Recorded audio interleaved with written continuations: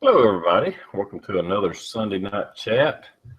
I'm flying solo for a little while, and we'll see if anybody joins in. I've invited a few people, and I've already talked to Blue. He said he'd pop in for a bit.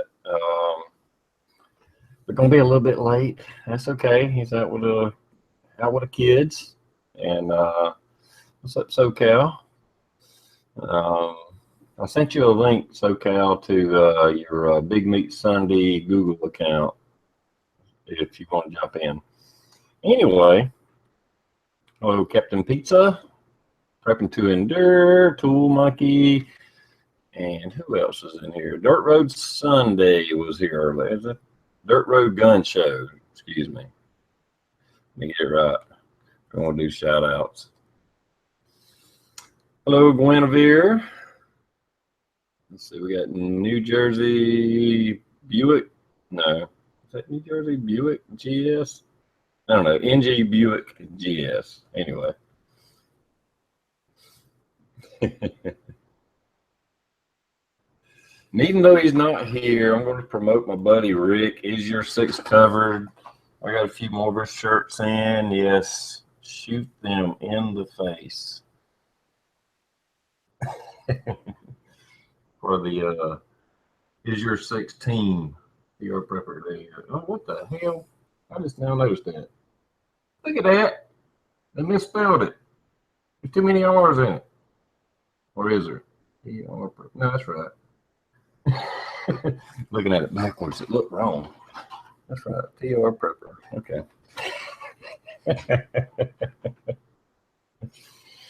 I seen the reflection. It looked like it was all R's.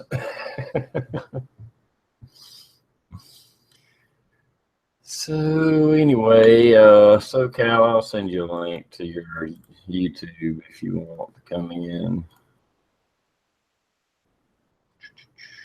Give me a minute. See if we can't get SoCal on here. Like I said, Blue said he'd be here in a minute.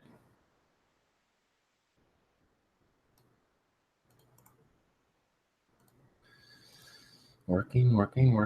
Okay, there you go, SoCal. Look in your YouTube account. There's a link set there. Hello, Big Johnson, Guns and Gear. There he is. Yeah. Well, I didn't mean to twist your arm. You didn't have to come on. I was just saying if you wanted to, you could.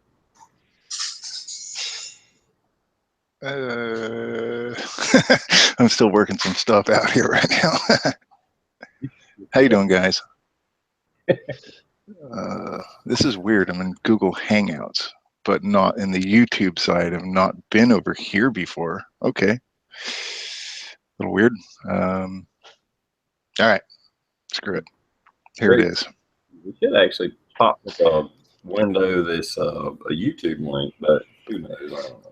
I can see the chat, the regular chat on one side, but Okay. I don't know. I'm just gonna roll with it, baby. There you go. So how's everybody doing tonight? Well, I think everybody's doing okay. Just me and you for right now, as far as on the panel. It's gonna be a boring ass chat. We actually popped in before I went live. He'll be here soon. He was out and about with the family, so. And I was running around, did a little reloading this afternoon, as you might have been able to tell. And then finally got cool enough outside to do a little bit of yard work. I hate yard work, but had to be done. So I've been lazy as hell this weekend. It was my weekend off, and I didn't do anything. But the upcoming weeks to come, I got to work a lot of overtime, and so I just kind of like kicked back and just said, I'm just going to be lazy because for the next 3 or 4 weeks, I'm going to be working my ass. Well, I won't say working my ass off, but I'm going to be at work a lot. that's always a great motivator to get you started in a week, right? I have to work mass overtime. Crap. we were moving some machines around, and come 4th of July, doing the shutdown. And of course, if you work maintenance, guess what? You got to work and do bullshit around the plant while everybody else is enjoying their time off. So, hey, that's just the way it goes. Yeah. Yeah, I hate doing any kind of upgrades or stuff at work like that when we switch out like switching equipment or bring new systems online because it can't be done until after the backups are completed for the weekend, and usually entails staying till like early hours the next day, and it sucks. Yeah, I mean, that's just that's what you got to do. You got to do what you got to do. Yeah. It is what it is. And of course, everybody's standing in line to thank you, right? Yeah.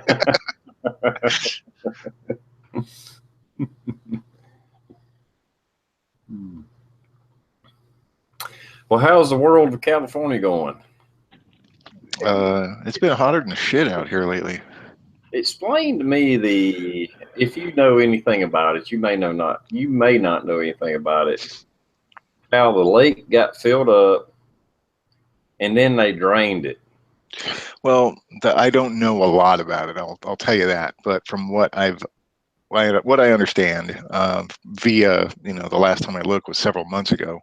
Um, all the water damage that was caused by the spillway and having to keep the reservoir drained to capacity, all that erosion destroyed the spillway. So in order to fix the spillway, they have to drain the lake that just got filled up, that feeds Southern California, basically. They have to drain it down to a level low enough so they can kind of dismantle things, repair it, and then put the stuff back together without, you know, uh, causing a massive problem. I guess that's as little and as much as I know about it. But it's kind of lame because I think they had to drain literally like 2/3 of the water that was collected out of it in order to fix it. So Okay, hope so it. it was the lake that I mean, I seen the footage of the spillway being, just freaking destroyed by the water. So if it was that lake, I guess I get it. But it would have made more sense to just use the water, and as it drained down, then you Yeah, repair there's that. that. It's not like it was going to break. Yeah. The dam itself was fine. It was just the spillway that was jacked up. Um, and Californians are really funny. I'm not speaking for myself. I'm speaking for most of the pinheads in Sacramento who make the shots, or call the shots, I should say. There's a lot of things in California you can't do, and one of them is cause runoff. Another thing you can't do is cause mud. Another thing you can't do is cause dust. So those are the three things right there: no runoff, no dust, no mud. Put it all together. They were afraid of making mud and dust, obviously. So let's just get it out of the way, make a little dust, make some mud. Maybe nobody will notice. We'll get it fixed. And then we'll wait 10 more years for it to fill back up again.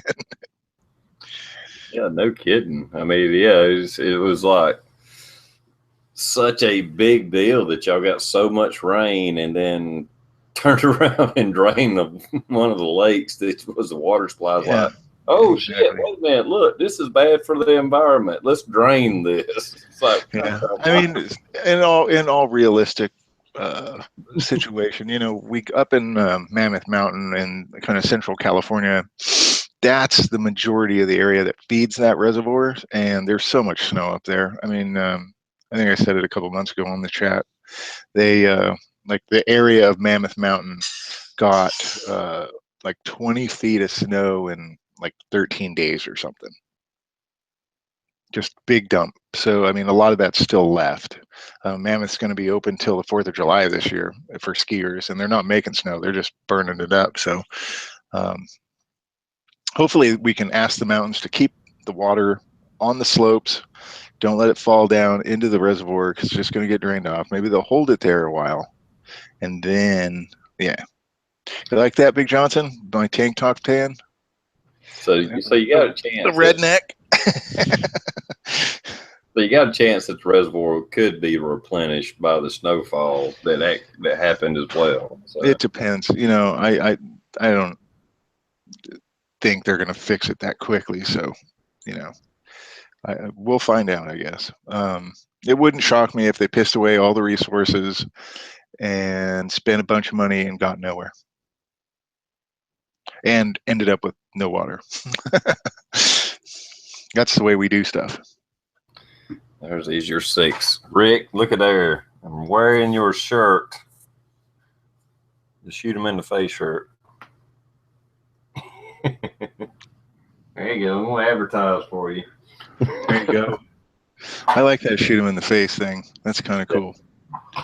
I had some navy blue with the bright green. It actually pops really good. I like it. Yeah. I had some lady looking at me really funny standing in line at Lowe's this weekend. She kept looking at shoot him in the face, and she kept looking at me and then shoot him in the face. I'm like, you better shut the fuck up. I'm gonna shoot you in the face. Stop looking at me. It's just a smiley face with a hole in his head. Get over it, lady.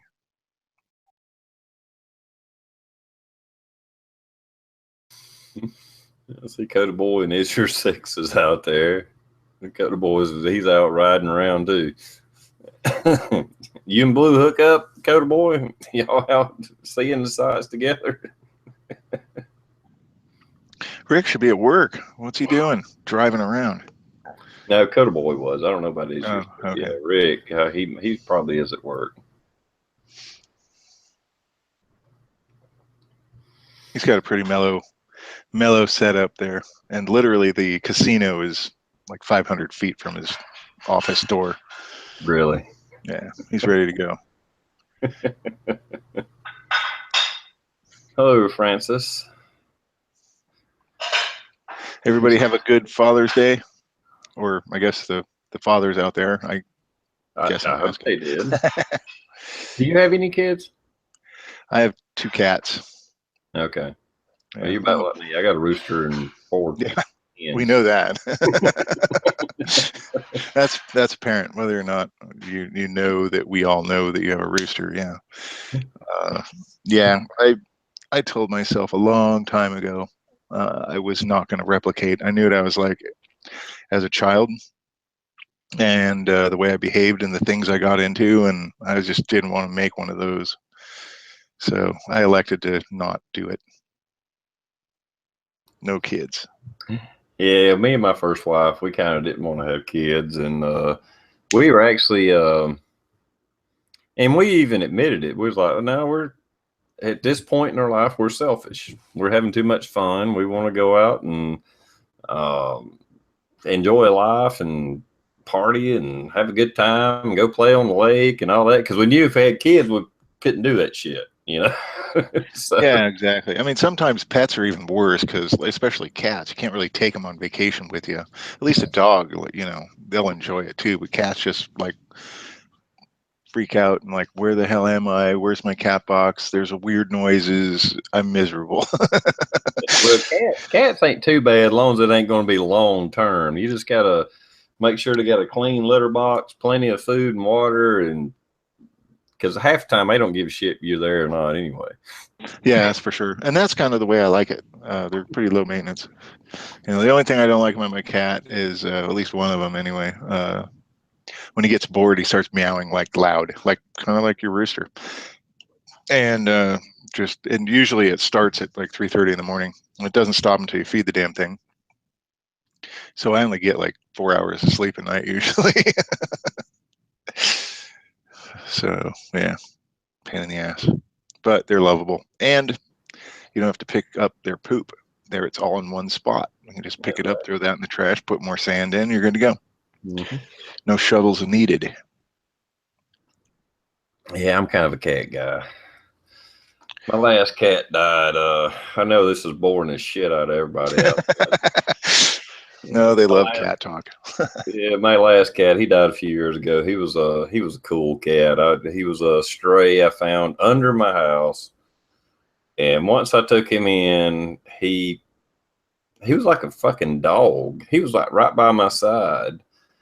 I mean, even that one day that I actually walked around my house and encountered a fucking black bear, that cat almost attacked the bear. I had to grab the fucking cat. Tough kitty. He was cool. Yeah, my cat likes to fetch stuff. Sometimes. Or he'll just run after it and then look at me like, do it again, throw it. So I'll chase it, and then I'll just let you come to me and throw it again. Yeah.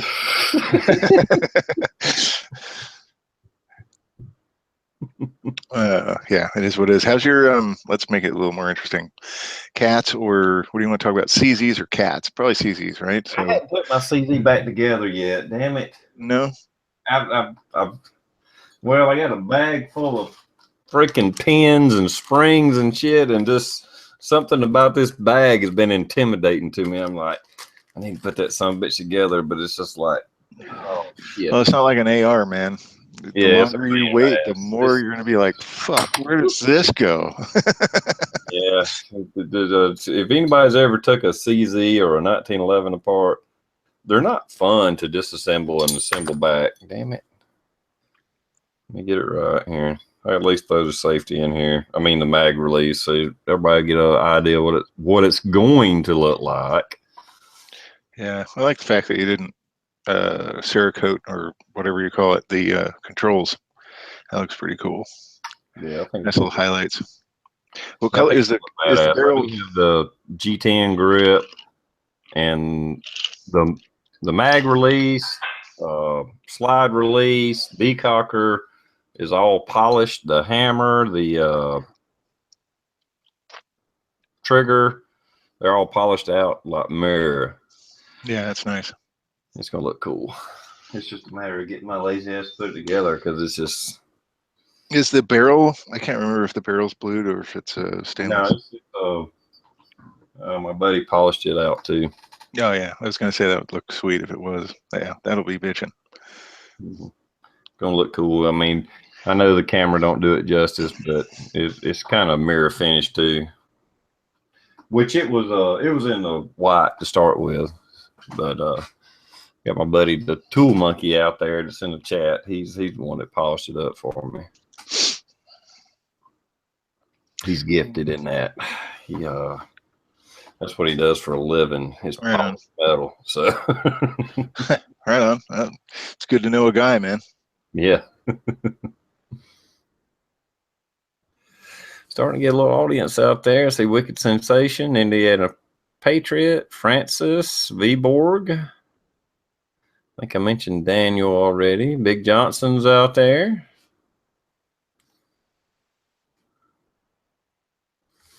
Hey, Rick, is your 6 coverage out there? I know you're not doing anything. Even if you're at work, I know you're sitting on your ass, and you might as well come in here too. Yeah, I've seen him work. It's entails a lot of sitting on his ass, from what I can tell.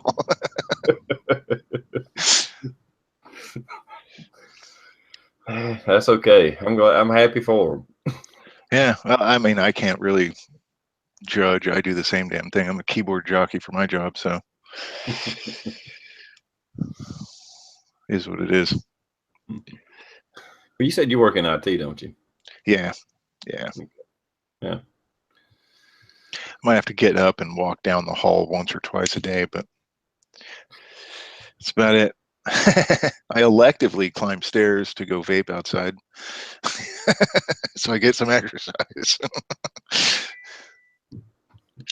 I don't know if I wish I could say that or not. I don't know. I usually average about 6 or 7 miles a day. Yeah. I got a little pedometer, whatever, pedometer on my phone app. And days I work, I'm somewhere around 7 miles a day. Yeah, I'm around 1.5, 2, just from running around the building and running up and down stairs. I think I do about 20 flights of stairs a day. Oh shit! But I don't do them very quickly.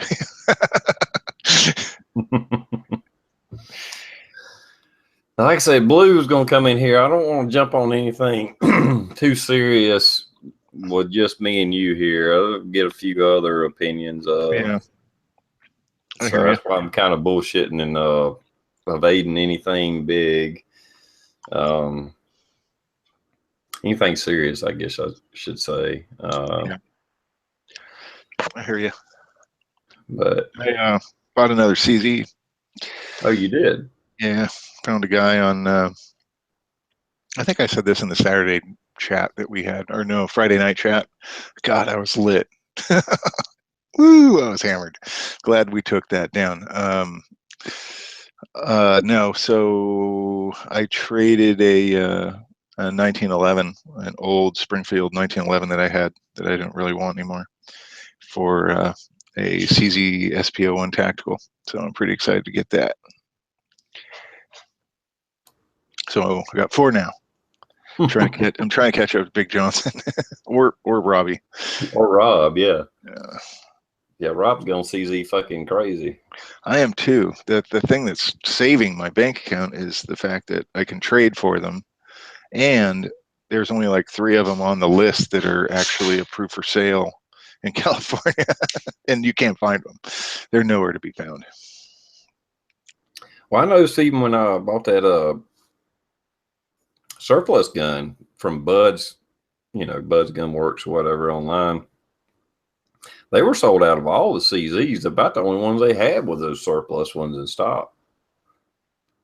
Yeah, but it's like I think I have a choice of like some really old CZ models.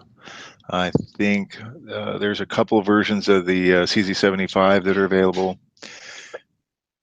The SPO1 in a couple of different varieties, and the tactical sports. And that's it. So all the polymer ones, not an option. All the cool ones that have been manufactured in the last couple of years, not on the list. Everybody just is boycotting California. We only really see about maybe 20% of the actual gun market that the rest of the world gets to see, just because they don't want to pay the $25,000 fee to have their gun tested to make sure it's not going to explode. Stupid. Retarded. Yeah, it's crazy. I mean, I actually don't really blame them to a certain degree because of the scrutiny they have to go through to sell a gun in California. It's just stupid. It's insane. Yeah, it's dumb. And I know there's several lawsuits on the books right now that are kind of in limbo. The Ninth Circuit Court is slow as hell, and they drag their feet on anything they know they're going to lose if it goes to the Supreme Court. So just kind of they're dragging. But there's a lot of good lawsuits happening in California that I'm excited about. That there's no way we can lose if they go to the Supreme Court. So pretty excited for those to get on with it, including the CCW thing, the shall issue, may issue case with Heller, or not Heller, was it the Peruta case from San Diego, where a guy was denied his CCW because he didn't have a good enough reason. He sued and lost. It went to the Ninth Circuit Court. He ended up winning, and then they reheard the case because they didn't like they didn't like the original answer they gave, so they reversed the decision, and now it's going to go to the Supreme Court, and it probably be at least 18 months to 2 years realistically before they actually hear it. But that's going to make precedence for the entire United States, where either you give the ability to open carry or CCW, but you have to have one. You have to have the ability to defend yourself anywhere, anytime. So looking forward to that little showdown at the SCOTUS. I'll shut up for a second. No, by all means, hell, it actually helps me out if I got somebody on here talking. I can respond to the people out there in the comments. So that's yeah, cool. I know how it is. Oh shit! I have a problem though, because thank God Rick's here to save me. I'm out of booze, so let me Go go. get some We'll go get some more, and Rick can do some talking. What's happening, gentlemen? Did you see my shirt, Rick? Look at that. Nice. I like Promoting the gray. my buddy. Look at that. Shoot him in the face. Hell yeah. Is that the navy or is that black? Navy. Nice.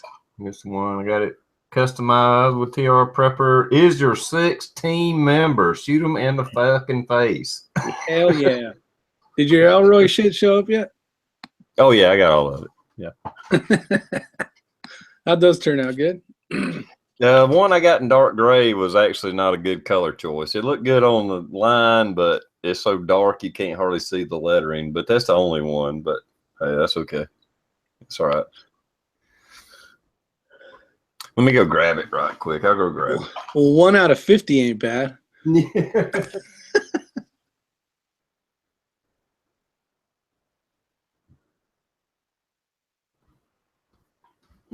One night, ordered a bunch of shirts. Next morning, I'm like, what in the hell did you do? Yeah, I went on a shopping spree. I got the R Prepper with the CZ. That probably would pop out a little better if it was a lighter color shirt, but that was just what I got. I got the I was wearing this one today, actually. When El Ray speaks, everybody listens. I like that one. This is the one I said it's.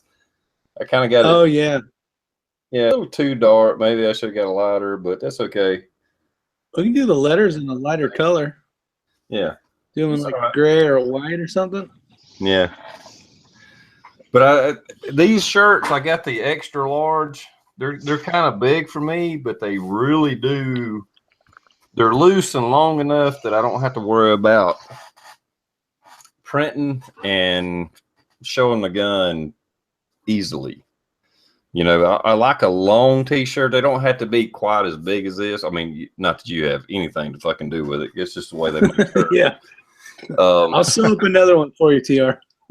No, but I like a long T-shirt just to help. You know, in South Carolina, I can actually uncover my gun 100% if I'm bending over or reaching up or something like that. That's totally legal. But I prefer not to. You know, so I like a little bit bigger shirt just to, you know, kind of make it easier to conceal carry. So these are awesome, and this one is my favorite so far. I love this that navy blue with that damn lime green popping out. That shit looks cool. Yeah, that's awesome. Yeah, I like it. That does look really sharp. You did that, didn't you, SoCal? Did you know? Yeah, that was kind of like an impromptu thing. Had some free time. Boom. Here's a sticker. Whose speakers are on, Rick? It's not me. Is it? Pretty much. No, I'm muted, man. All right. It's you. Is it me? I don't hear an echo. If anybody's got an echo going on, it's not me. It's probably that dumbass headset you're wearing. Yeah, because make sure your external sound is muted. Because the sound comes through the headset earphones and then down the boom mic into the microphone, then back down the cable, right? Yep.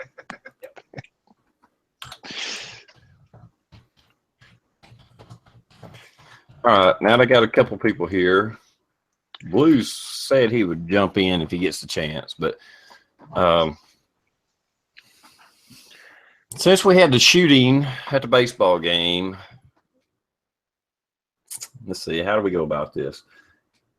Do you guys think that the media or the Democratic Party shares blame on the shooting? What do you mean shares blame? Are they accepting the blame for it, or are they taking ownership? Well, I mean, out of all the years, even when we had Clinton, Obama, you know, you had a few nutcases out there running the mouth, and that's to be expected. I mean, we'll discount that. But the media themselves, actors, um, you know, the public in general were promoting actually killing fucking Trump and killing Republicans, and they just like write it off like, yeah, we need to do this. You know, I mean, they literally were saying we need blood in the streets, and then blood in the streets happen. I'm not saying they should go to jail. I'm just saying, shouldn't they kind of step back and say, yeah, we were, and I know they're not ever going to do it, but I know I'm going to blame them for inciting the violence. Because I've been doing these chats for fucking years, and no matter how bad we hated Obama, we still didn't call for his fucking death, you know, but No. we see this from the left, you know. The thing that I find interesting, and I don't know if you could call it accepting ownership or not, but they certainly, I don't see that they're actually condoning it. I haven't seen that yet. They've I guess they've called it a tragedy, but they're not outright saying, as a party, as the left, maybe we should settle down a little bit. Maybe all the people out there should, stop being violent. It seems like a lot of the Republicans are saying it's a shame it's come to this, but I don't really hear a lot of the left media outlets or franchises really going out of their way to ask for peace and tone it down a bit, But then again, I don't watch a lot of left-wing media outlets either. Yeah, and that's probably a good way to look at it. I mean, even if they don't, I mean, I wouldn't expect them to take ownership of it, like they're the cause of it. But at the same time, they're not saying quit doing this, don't do this. They're more or less preaching to do it than they are to try to stop it. Especially Ellen and all them freaking kooks. You got the View, Promoting the like you say, propaganda. Ellen. I mean, all of them. I mean, they're wanting this. Yeah, Rosie and all them. Not Rosie that's on here, but Yeah, the fat Rosie.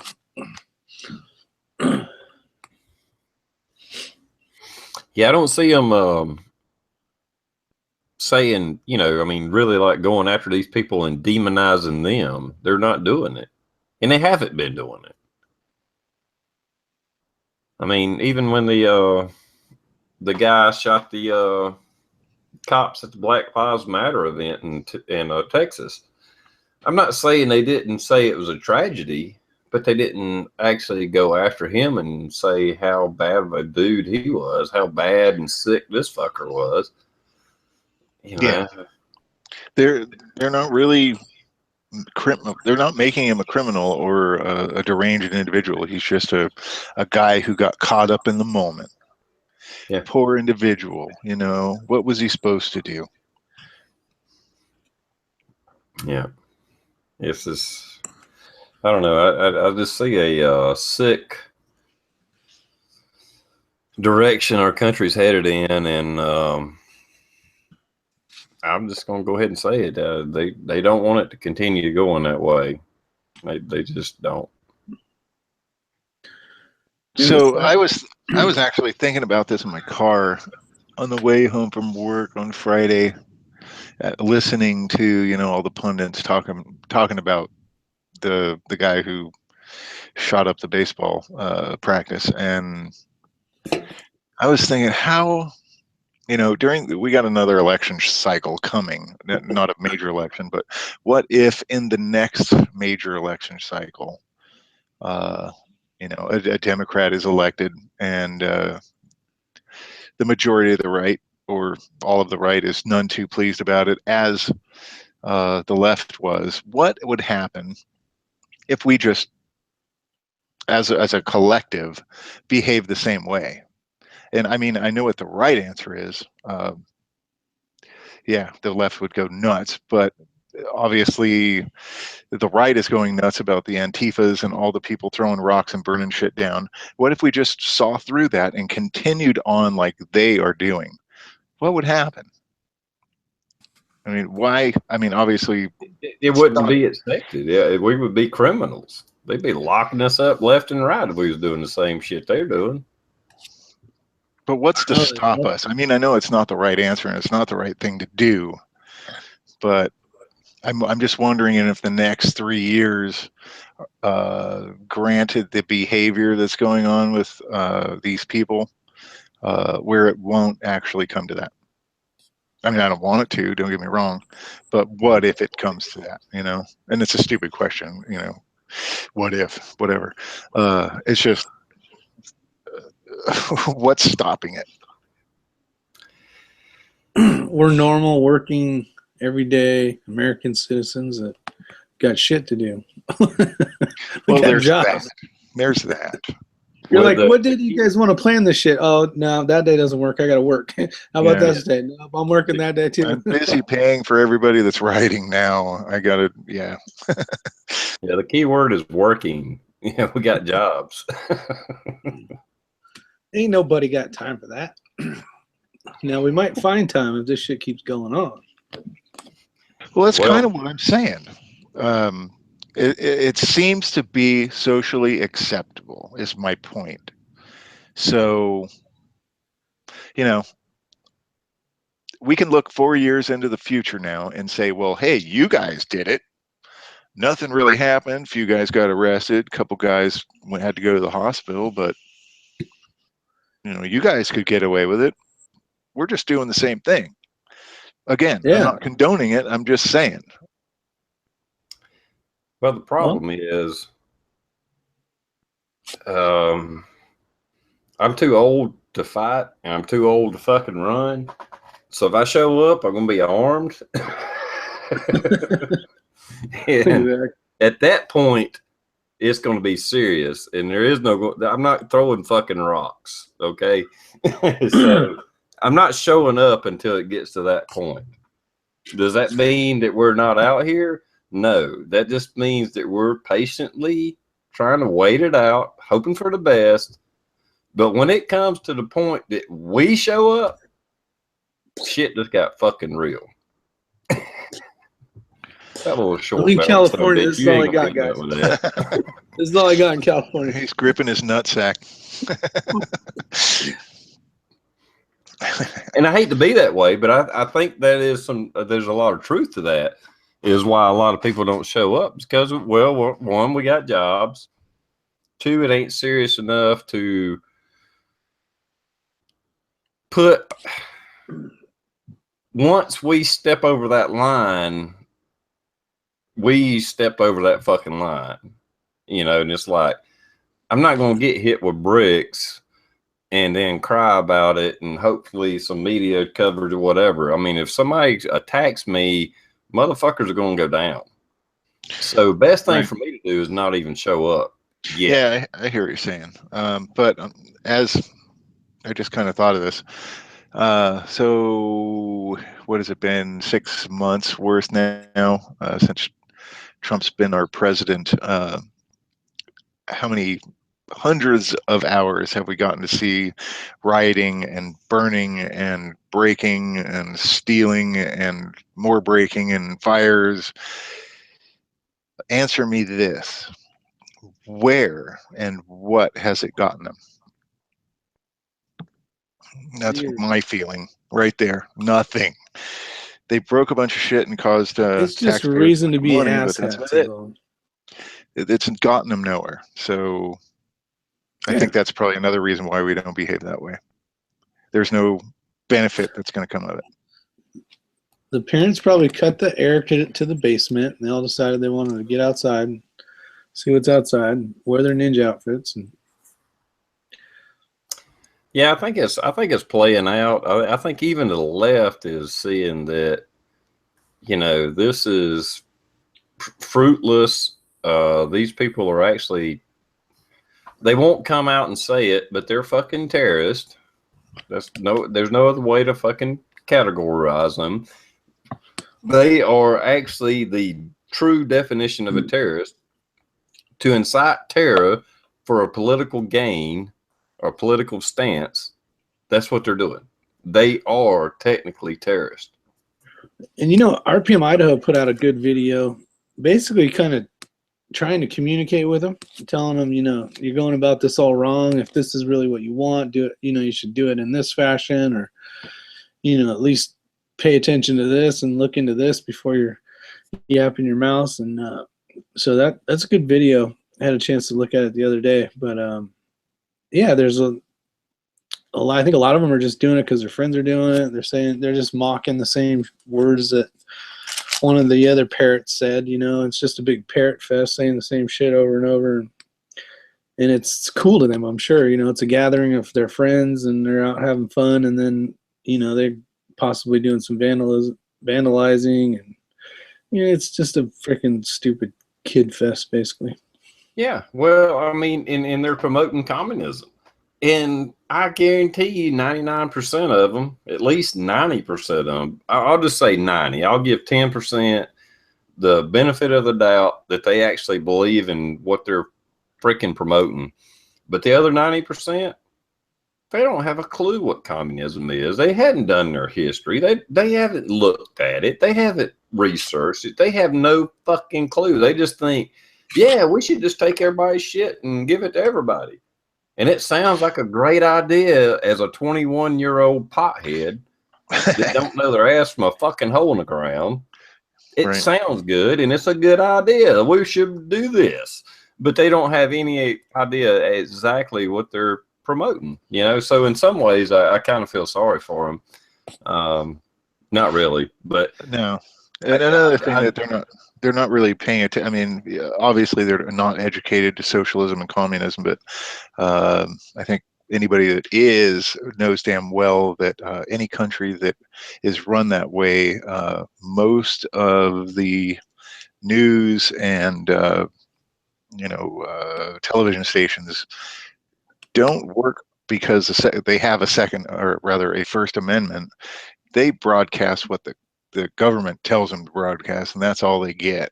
So I hope they get what. Well, no, I hope that they don't get what they want. But let them move to France. I've always said that France needs a couple of good more men.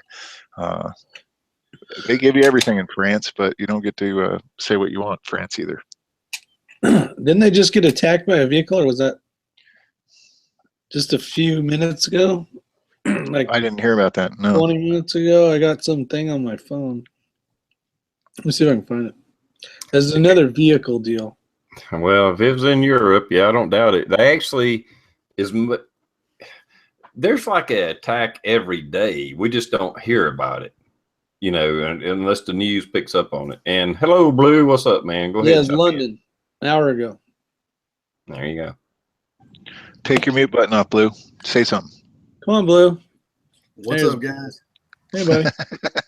Just got back from Ohio. God, was that a wet fucking trip, and it is still raining. It was raining so hard.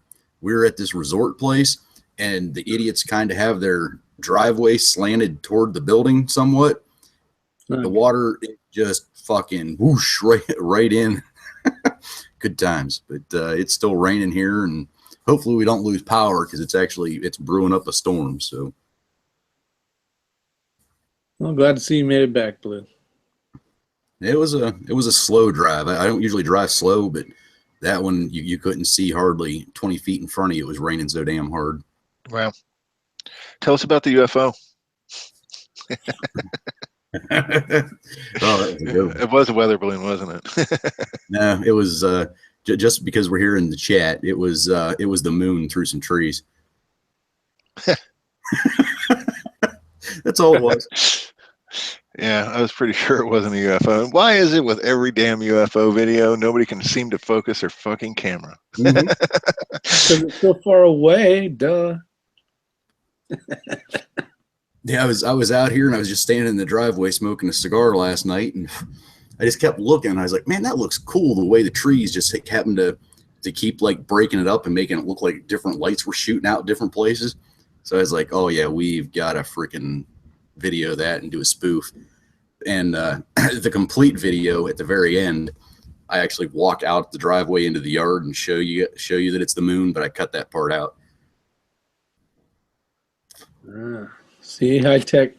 Yeah, you gotta cut that out. That would suck. And just disappointed. I just want to interject here, completely off subject, just because I did not know this. Anybody saw my Facebook? I posted this, and I wasn't aware of it. But evidently, I had a fucking elephant gun this entire time. I've had an elephant gun since the 90s. Now, this one has been modified. It has a 30-round clipazine in it. But Fox News said a 7.62, evidently 7.62 by 39, would take down a fucking elephant. Mm-hmm. It is so powerful, it will kill an elephant. Well, how big of an elephant? That's true. You know, is it one of those And little if you shoot pygmy 'em in the elephants eye- that are like the size of a guinea pig? Or You the know? face. Oh my God. Hey, 300,000 rounds of 22 LR will take down an elephant as well. Yep. As long as you shoot him in the face. Yeah, you got to shoot him in the face. Yeah, shoot him in the face. That I might don't be the think key. face would be the good shot, man. Isn't that like where their skull plate is like super thick going right down the front, like in between your eyes and shit? Well, they'll die of lead poisoning before they actually bleed to death. We're just kidding, guys. We don't shoot elephants with 22 long rifle. We shoot them with 223. Come on.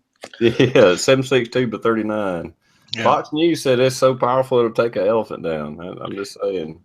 Subsonic 300 blackout would kill an elephant instantly. It'll evaporate. And I think it has to come out of the SKS. You can't use the AK. You got to use the SKS. Yeah. I think it's the wood. The wood. The wood stock. Yeah, the wood stock is what makes it more powerful. You can see it's the entire length of the gun, whereas the AKs broke up a little bit. The wood makes it more. Oh, yeah. Oh, that's Yeah, a full yeah. auto stock you got in there too. That's an That's assault like stock. California's got those full auto, those bullet buttons, you know, that make everything Yeah. fully automatic. It's fucking Yeah, as soon as you push the bullet button, it goes full auto. yeah, it goes full Yeah, auto. I need to get me one of them. No, you don't. I'll send you a couple, man. I'm I getting have rid a of them. couple you can have. I'm like, what the hell am I gonna do with this crap? But shouldn't. Okay, Comms Prepper's out there. Technically, I have a FCC license. He has a FCC license. NBC, Fox, if they broadcast over the airwaves, I don't know how it works now that we went digital, but they have a FCC license. If I screw up, and I won't say lie, because I could actually lie on there and that wouldn't be but I have responsibility to keep that license. You know, I there's certain things I can't do. Like I can't broadcast music, you know, like have my own radio station. I can't do that. I'm just gonna say that. Yeah, there's some other things I can't do. First, TR's got his own radio station. Yeah, but shouldn't they, under a license, shouldn't they be Liable? held responsible for lies they spill? If they flat out tell lies, not come out on a tweet, because I seen one tweet with the girl that said that the guy had a gun, he could flip a switch and it went full auto. Their response was a tweet. Oh, I'm sorry, I was wrong on that. It wasn't full auto. But that's Well, it not has good to. enough. It's just like Hillary. You know, she wasn't indicted because it was there was no intent. You know, if you go out on your ham station and start broadcasting music, obviously you intended to do it. You know, people spewing bullshit because they're ignorant, that doesn't show intent. It just shows ignorance. Yeah, but that don't work if I'm speeding blue. If I accidentally go 75 in the 55 mile an hour zone and I say I didn't mean to go 75, am I still guilty? Yep. No. Yeah. Not if Blue's the cop. He's like, oh, that's not even past 80. Yeah, but there's no intent with those laws. It's just you do it. What if the guy gave you a good case that his speedometer was broke? Then he gets one for having a broken speedometer plus speed. Just like a cop. What a dick. I mean, And a What if broken he tail. tells you he's got? What if he compliments you on your haircut? Yeah. Oh, I don't know. I actually had one guy that wanted me to sign his car. Literally sign his like a NASCAR driver right above like where the window is of the driver's side door. I was like, what? He's like, if I'm signing your ticket, you're signing my car, and he handed me a Sharpie, and I'm like, are you serious? He's like, yep. So right across it. I hope you got that on your camera. Do you wear a body cam? No. In PA, we have a fucking stupid law. Well, it's not a stupid law. It's the wiretap law, which is actually, it's great for the protection of the citizens and stuff. But we don't have any exceptions. Like the biggest reason we don't carry it is, let's say we get called to SoCal's house for a domestic, and he's standing out front of his house, and he's all pissed off, and his wife's standing out there, and they're screaming and yelling, and he yells, "I'm gonna fucking kill you," and turns around and walks into his house to get a gun. If we were to chase in after him, feeling that it was a legit threat, and we didn't turn the body camera off, we just committed a felony. There's no exceptions in Pennsylvania for that. So we were like, fuck that. Until For entering? Yeah, we can have it on anywhere but in a private residence. Even if we announce it, and even under any type of That's got to be the gayest lie I've ever heard of. Mm-hmm. Full disclosure, I love my wife very much, and there's not going to be a domestic. Promise. Yeah, it's a good law, but they do need to make an exception to that, because also the way that the stuff's written up is all the incidents that are captured on video or on the body cams, they should be at least periodically reviewed by a supervisor. So if the supervisor sees that you forgot to turn the camera off by going into a house and doesn't report it, then they get fucked as well. And so we're just like, nope, until they put an exception rule in there. I think, isn't it under the Fourth Amendment for search and seizure where they utilize that? For illegal search and seizure? Yeah.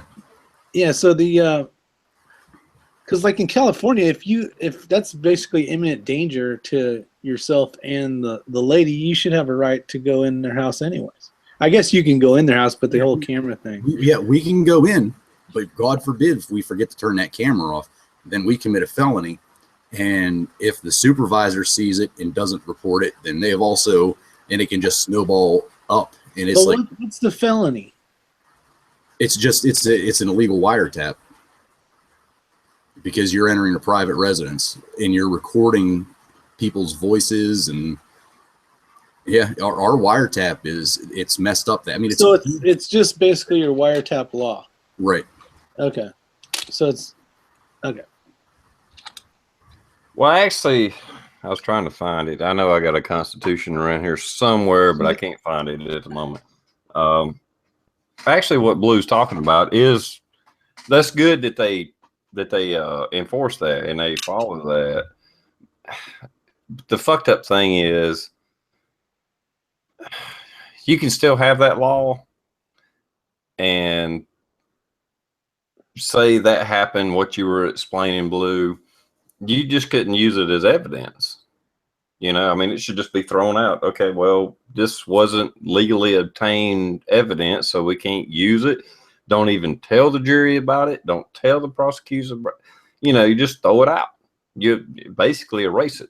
That's the way I see it. And I'm a firm believer in the Constitution and enforcing the Constitution. And what you're telling me is that y'all are going by the Constitution and the Fourth Amendment. That's where that falls. And they should just throw it out. But it is a shame that, excuse me, that it screws up other parts of doing law enforcement where it could be useful. Yeah, some guy, I don't remember where it went. Yeah, it went up in the comments. Somebody in the comments had mentioned something to the effect of, what if the individual, like me, I'm beating my wife, I'm running inside to get a gun, I'm not actually doing that. Um, what if they have a home surveillance system that records audio? Can you subpoena that? Should be able to. Yeah, you can definitely get a search warrant for that. I mean, that's one of those deals that, you know, same scenario, that happens, and we don't have a body camera on, and you know, you were to run into the house, and we see cameras setting up. We're coming back with a search warrant to get all of the, not the equipment, but at least the hard drive that everything's stored on. That's why I encrypt my shit. Yeah, you can have it. It's all yours. Good luck trying to get it. I'll be back in just a minute. Oh, they'll Okay, figure it out. let me read it right quick. I found it. It fell off my damn desk. That's why I couldn't find it. Fourth Amendment: the right of the people to be secure in their persons, houses, papers, and effects against unreasonable searches and seizures shall not be violated, and no warrants shall issue but upon probable cause supported by oath of or affirmation. Damn, it's getting rough, getting old. And particularly describing the place to be searched and the persons or things to be seized. So in other words, probable you causes can't, in there. yeah, you can't, the police just can't throw a warrant and want your shit, seize your shit, watch your stuff, you know, in the day's time, videotape you without probable cause. If they have probable cause, then it's a different situation. But another, that's Yeah, a but very, see, very him running into the house gives him, once he's in there and there's something that's seen that's out, they can use any of the stuff that's out and available to see. But they basically give him probable cause or a reason to enter because he said, I'm going to go get a gun and kill her or whatever. Yeah, exactly. Yeah, but the problem is they couldn't be there. It's a slippery slope because first of all, you can't be there without a warrant, and you can't enter without a warrant, and you can't have a warrant unless there's probable cause to have a warrant. So that's what falls into what Blue's talking about in the laws they have. Yeah, but you don't need a warrant. You don't need a warrant once that gentleman or whatever, once SoCal said he was going to take his wife out, all that goes out the door.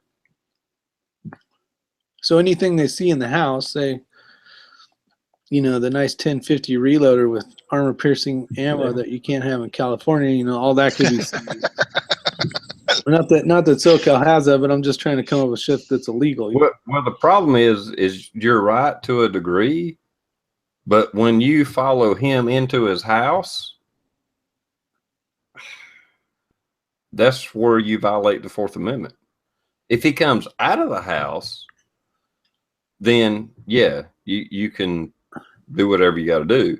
But if you follow him into the house, actually you violated the Constitution. No, but even Blue, if he's driving down and he hears screaming in a house, I get that, but I mean, kick the door down and go in.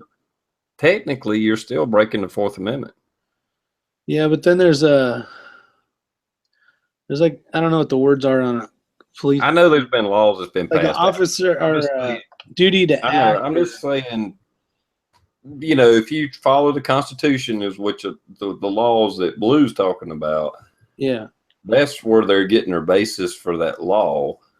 And if a guy runs into his house, and he can say whatever the fuck he wants. If he's in his house and she's outside, you can't do shit. You can't follow him into the house and shoot him because he might come out and shoot her. Well, you're violating his constitutional rights. Now, if he comes out of the house with a gun, yeah, blow his fucking ass away. Hey, slow down. Do that to do this, you know. Let's slow down. Let's tone it down a bit here, people. I don't want to lose my life over I coulda, shoulda, woulda, didn't ever Well, say. I've seen SoCal's wife, and she's a very pretty woman, and I guarantee you, he ain't shooting her. He's fucking at her fucking feet. Smile, honey. Ever die. See there? I told you. She is a cutie. Is she watching our chat? She's watching me watch it. She's just chilling. I think she's probably watching Netflix or something. Yeah. Yeah. Hey, I'll be right back. Way more interesting than this, I'm sure. For her, absolutely. I'll be right back. All right. All right, buddy. Yeah, when you start talking Constitution, there's a lot of damn slippery slopes, and but I'm not against. Don't get me wrong. Even as much as a constitutionalist as I am, if I think a guy's raping a woman or beating a child, not whipping, but beating, I mean, something really bad's going on, killing somebody, whatever, bust the fucking door in and shoot them in the fucking face. You're at that point, you are providing the constitutional rights for that innocent person. You know, the person that's doing the crime they lost their constitutional rights and they're violating somebody else's, and it's up to you to give them their right to life. And I'm all for that.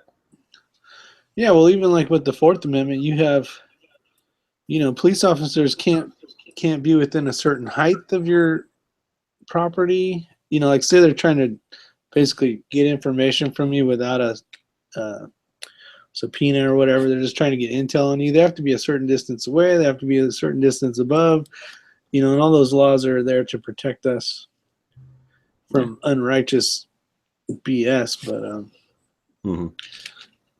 and I know it's probably abused here and there, but I would say overall it's probably followed pretty good. I mean, if you know that guy's a damn crack dealer, probably chances are everybody on the damn block knows that's a crack dealer, and they're pointing at him. Yeah, he's a crack dealer. He's right over there with the hat on.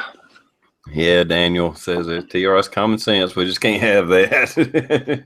Unfortunately, that's what happens in society in our lives. Is common sense sometimes gets thrown out the damn window. True.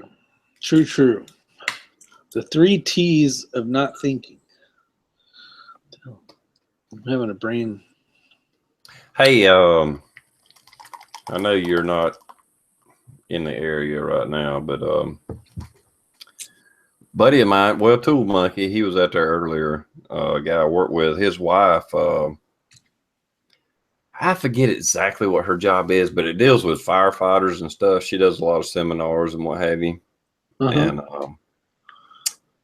she's down in Myrtle Beach or Charleston or some shit. Anyhow, down at the coast, seminar, blah blah blah. Firefighter people are there, and I guess EMS too.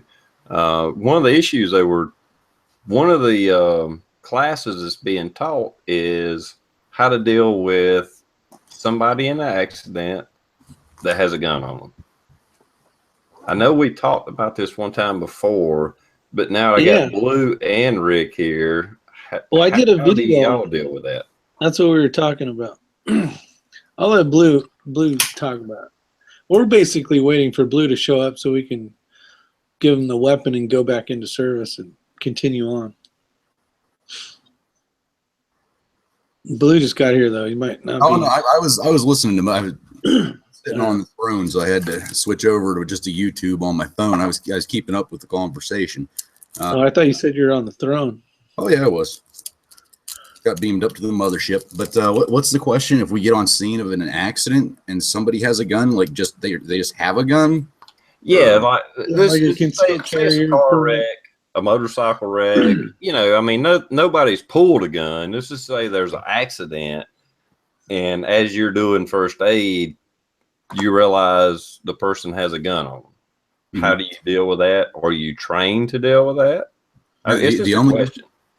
The only way, at least local here, if somebody's involved in an accident, I mean, like this is just straight up accident. It's a concealed carry guy, you know, law abiding citizen, what have you. 9 times out of 10, well, actually, at least here, the ambulance will not transport anybody with a weapon, be it a pocket knife, be it a gun, be it whatever. They absolutely will not. So they'll tell the person, look, we're not treating you with you having the firearm on. You have to relinquish that. And if I'm on the scene, I just tell the guy, look, I'll take care of it like it's my own. I'll clear it right here in front of you. You're going to see what I'm taking. I'm taking whatever gun this is. Here's the full mag. It's going to go into my patrol car. It'll go in my temporary evidence locker once I get back to the station. When you get released from the hospital, show up at the station. I have to do what they call a quick, I don't know what the acronym stands for, but it's called a PICS check, where I have to send the person's name, date of birth, social security number, and address into the state police barracks in Harrisburg, their firearms division. And as long as the person's not prohibited from owning a firearm, here's your gun back. And it's that quick. I mean, it's like the NICS program then, right? It's just close, but it's a little bit more in depth. Huh. Not a lot, but just a little bit. But I mean, you have to be somebody, like if you had an active PFA out on you, if you had criminal charges that have been filed against you, yet you haven't gone to court for it yet, that would disqualify you, depending on what the charges were. And if you're just a felon prohibited from having a firearm, they won't release it. And then you have to go through the courts to get a court order to get it back. Yeah. I think this was brought up because I did a video a few months back. Actually, it wasn't a video. It was like a live chat, I think. One of the Into the Fires series. And it's basically, I had done this, what would you do for the fire station, basically. It was a thing sent out for the department-wide. You come across a patient, unconscious patient with no family members, that's basically jogging down a street, has a pistol in a holster, but there's no one around that knows any information. He was unconscious, and they arrive on scene. This is what you have. You have a male patient, unconscious, no family members around for like medical history or to tell you there's a gun. You need to get him to the hospital because it's a life-threatening head injury. But now you have a firearm that you need to lock up and secure, and a lot of ambulances, agencies don't have basically a lockbox to put a firearm in. Here in California, coming across a person that has a concealed weapon is very possible, but it's for this state, it's a lot less likely than a state that's very pro-gun. But there's the times that can happen. So what ways and what would you do to basically mitigate the problem and get the patient to the hospital? Because like Blue said, the ambulance, at least around here, they don't have lock boxes, so they're not going to take them. And our people, meaning not the department I work for, but EMS as an agency in California, we don't come across guns as much. So, a head injury, the guy can come back, basically, become conscious again, and then become very with a head injury, basically not be themselves, be very aggressive, and all of a sudden you maybe want to draw. So we definitely need to get the firearm off the patient into a lockbox. So the things we're going to need to do is make contact with law enforcement, get them there so we can give them the firearm. But we do have a couple options where, at least in our agency, was all the drug boxes have to be locked up, because there's narcs in it and stuff. So you could utilize that box to put the firearm in. But then there was more questions like, do you feel comfortable, basically clearing a weapon? And the majority of the people, like 50% of them maybe shoot every once in a while. There might be a couple real gun guys, but for the majority, there's going to be some that don't even want to touch it. So that's kind of what we talked about. And it was a pretty good chat. But it basically, it made him think like, hey, I do have the possibility of coming across a guy or a gal with a firearm, and I did it with that was easy. You know, it was a holster. It was just some normal dude jogging. It wasn't like you're in like an area where it's more than likely an unlegal carry. Basically said, I think that they had a concealed weapons permit, so that kind of steers you into the legal direction. The guy or girl is more likely, more of a good person than a bad person. So I try to keep it simple, but just give them the idea, hey, this can happen, and things to think about. And things. Yeah, and we don't. If we roll up on that, we don't require the person to surrender the gun to us to take into our possession.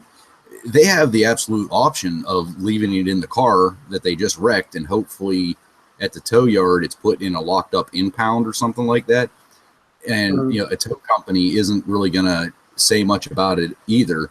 But as a gun owner, I would not ever want my gun left in a car that's being taken to a tow yard, because you have, God only knows how many people that work at that tow company, how many assholes that go through cars that are involved in accidents that are in the impound. That's just there's no way. There's no way I'd ever do that. You can definitely give it to somebody else. I don't care.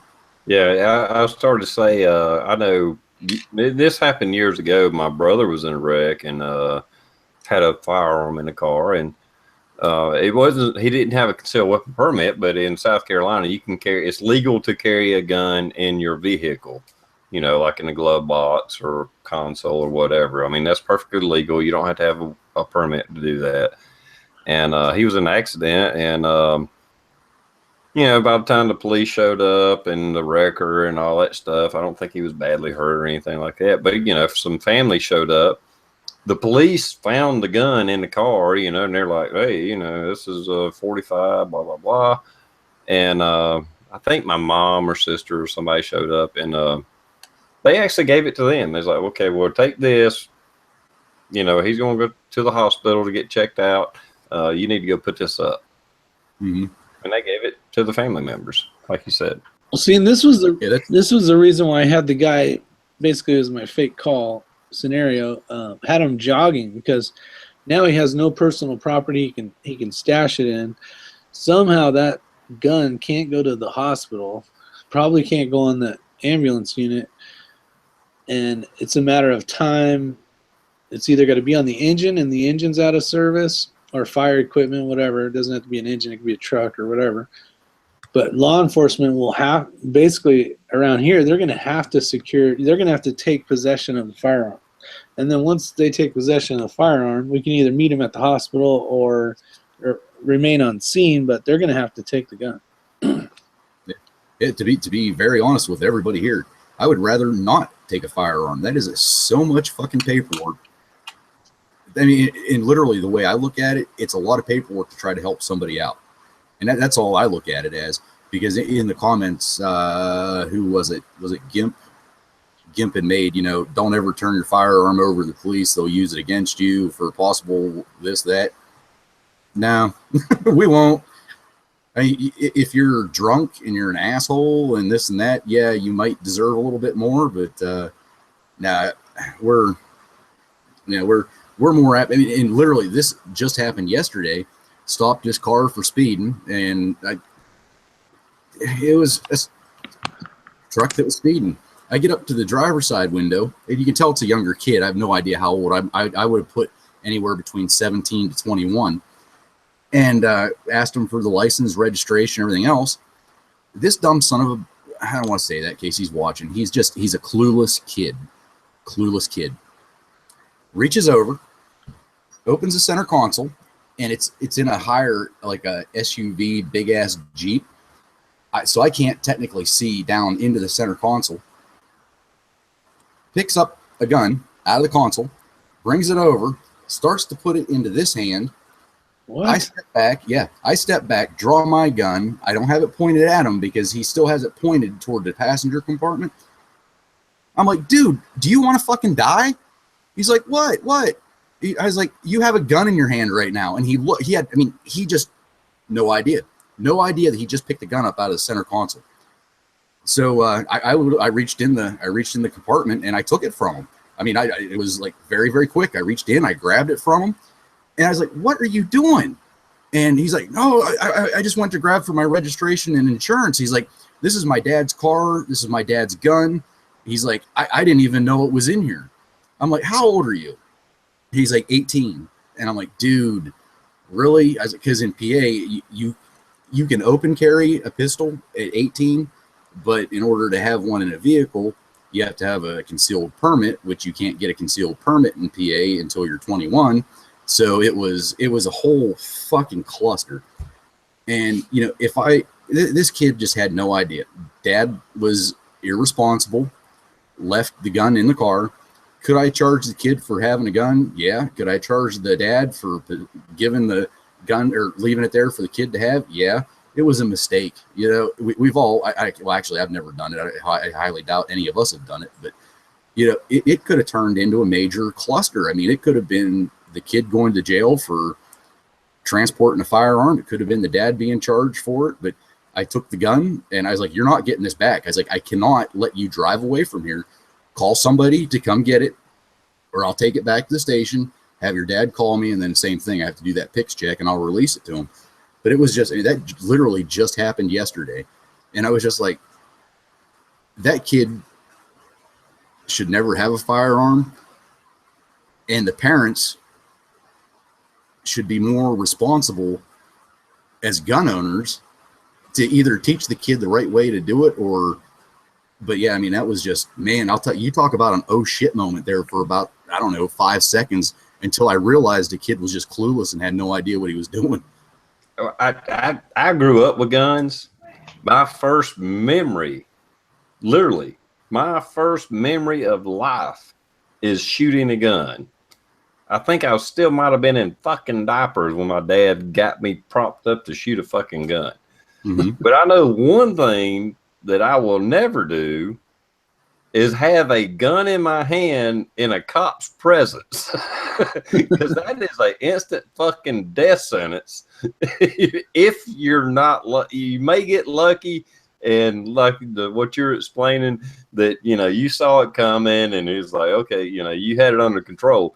But otherwise, you don't put a fucking gun in your hand in the cop's presence, because that motherfucker's gonna shoot you, and he should. Mm-hmm.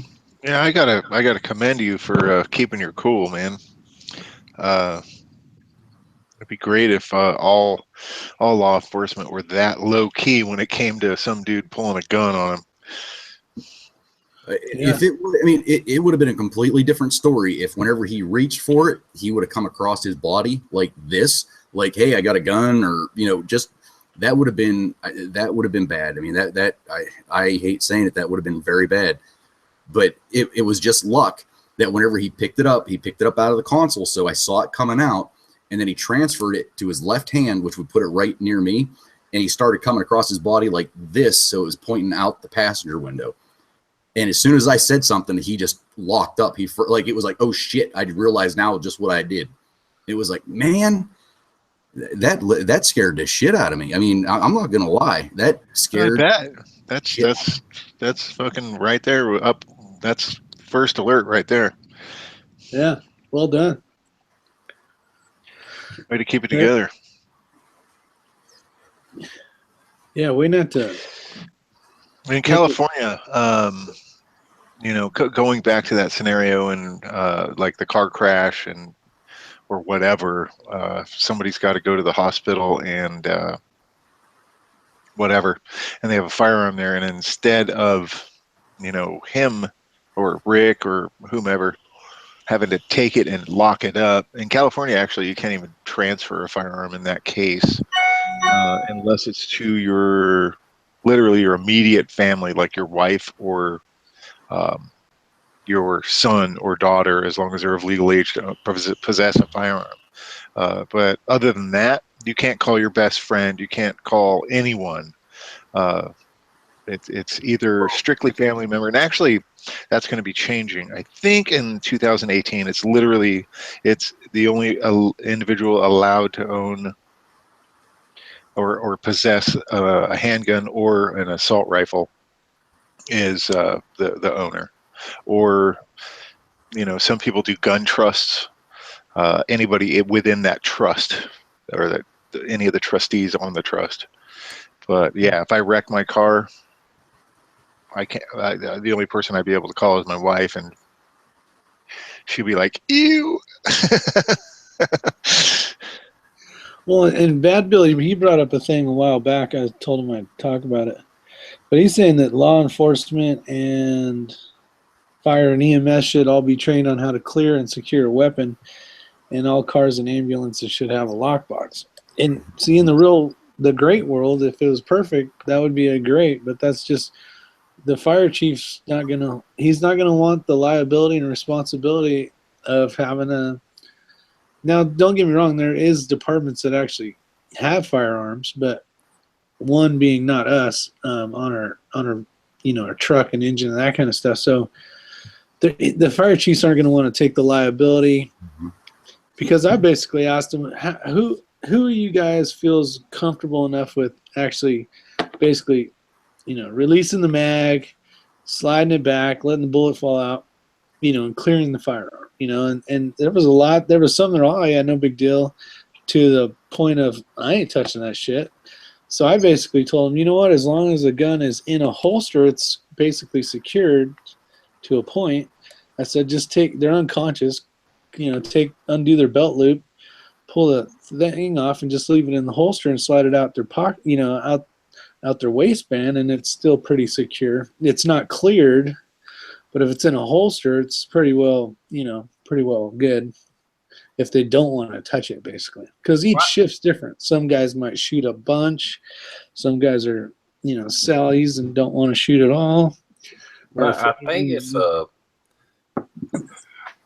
I know you're in California right now, Rick, with where you work at and stuff, but say other people, I mean, in your position, say as a firefighter, ambulance driver, EMT, or whatever, that is something that should be addressed and should be talked about, and there should be some training for it. Now, I'm not saying everybody should be comfortable with it, because you can't force somebody to be gun friendly. That's for sure. I get it, but those that are willing to accept a little bit of responsibility, it is something that should be addressed, because you got hundreds of thousands of concealed weapon permit carriers out there, open carriers out there, that may be an accident, and it's something that should be addressed.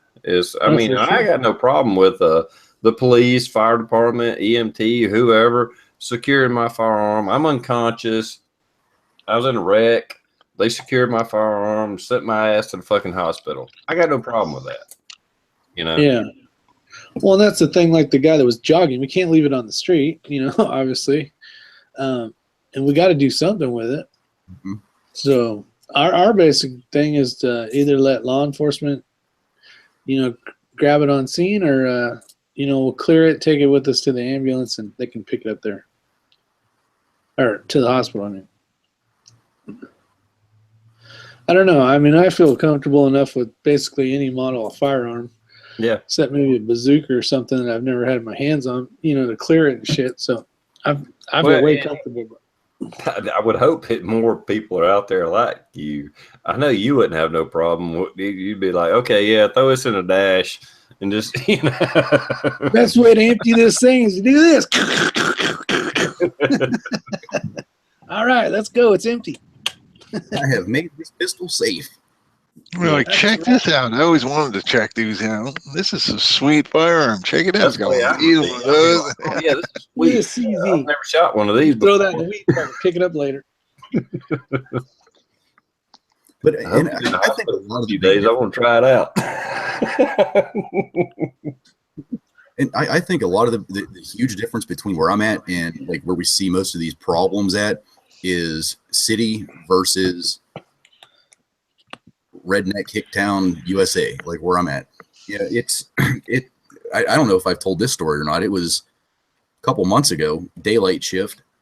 we have back roads. We have this, and then there's like a gravel pit, and this car went winging down the road and up through the gravel pit, and I'm like, what the hell? Usually somebody either goes back there to do their drugs, have sex, that type of deal. So I was like, well, let's go check it out and see what this person's doing. So as I roll up behind him, they're pulling, or he's got the AR-15 in his hands. And I'm like, again, it was like, fuck. And he looks back and he sees me, and he does the whole fuck. And you could see him say it. And he puts the rifle back into the rear part of his vehicle, and he starts walking toward me, and he keeps his hands out and stuff. I mean, I didn't, I'm not yelling and screaming, show me your hands. I mean, he just on his own, he just started walking up like this. I'm like, what the hell are you doing? And he's like, oh, I just finished my AR build, and I was coming down here to fire a couple rounds through it. I'm like, well, let's see what you got. And he pulled it out and he showed me and stuff. I mean, he had a pretty nice build going on. And he's like, you want to shoot it? I'm like, yep. So I let him put the first couple rounds through to make sure it didn't blow up. And I'm standing right behind him, and he's shooting into a dirt bank, and he put probably 10 rounds through it. And I put about 10 rounds through it. And I was like, dude, that's pretty sweet. And I just grabbed his name and stuff. I'm like, hey, just since I had contact with you, can I get your name and stuff just so I can put it in my report? He's like, am I in trouble or something? I'm like, no, you're not in trouble. It's just because I talked to you. I have a thing I have to put in the computer that I talked with you, and you were just out here doing some target practice. And he's like, all right, cool. And that was it. I left, and he kept firing away. In a big city, I mean, you wouldn't have that in a big city. I mean, who would pull out an AR-15 in a big city? I mean, we have that type of shit all the time. I know I told you about the kid that had the 22 walking down the road, and I came by him, and I didn't see it at first because he was like kind of walking with just the barrel was sticking out past his leg. And as I go by, I saw that he had a rifle, and I'm like, wow, yeah, who really cares? But there again, I don't know how old the guy is. I don't know if he just shot somebody, that type of deal. So I turned around, and as I turn around, you can see again, everybody always gets that oh fuck look. And as soon as they get that, 9 times out of 10, you're okay. And he kept the barrel pointed at the ground. I'm like, what are you doing? He's like, oh, I'm just headed over to Jimmy's. We're going to go squirrel hunting or rabbit hunting, something like that. I forget what he told me. But I was like, all right, I just saw you walking down the road with the gun. Just want to make sure everything was all right. Grabbed his name real quick, and I left. I mean, that shit don't happen. It's a completely different mindset. Anything like that in my neighborhood would happen like that. There'd be 2 helicopters, 45 cop cars, and at least 3 or 4 different local news agencies on scene in like 10 minutes. Mm-hmm. Yeah, easy. Not going to happen here. It happened for about a half a second. My run-in, I know I've probably told this story before, and I apologize for anybody that's heard it, but anyway, me and my buddy we was on a dirt road, had about 100 yards, set some targets up, and this police officer shows up, and he wasn't there for us for disturbing. I mean, we was out in the fucking country. I mean, we was way out. And anyway, but there's some people riding dirt bikes, and they were getting on people's property and causing problems and whatever. But anyhow, this police officer stopped, and he talked to us, shot the shit with us for a little while. I mean, I had like 3 pistols on me. My buddy had 2 or 3 pistols on him. The bed of the truck was open. We had fucking rifles galore laid out. And anyway, he left. He said, well, I'm not gonna write you a ticket. We was like, well, I mean, for littering or anything. We was like, well, no, we're taking our target back with us. I mean, we made that. We're gonna bring it back with us. And I remember talking to my buddy. I was like, later on, I was like, yeah, I'm pretty sure he got scared to give us a ticket because we were way more armed than he was. He was not going to intimidate us, but I mean, everything was cool, but it was just kind of thinking back at it as like, yeah, that'd been a dumb move to fucking be an asshole to us when we out armed his ass to the gills. You know? Oh, a great example of that is how cool and collected the officer was that responded to the complaint at the farm. That guy was like, "Hey guys, how's it going? What you doing? Y'all having fun?" Yeah. Meanwhile, there's a fucking 150 AR-15s in people's hands. Exactly. Yeah. But then again, there was only probably one person there that probably wouldn't have went ballistic anyway. So Yeah, and we was all worried about that one. But anyway, Hey, it was could've kind of taken cool. one. Rob just said, "Look around the corner." And he was like, "Holy shit!"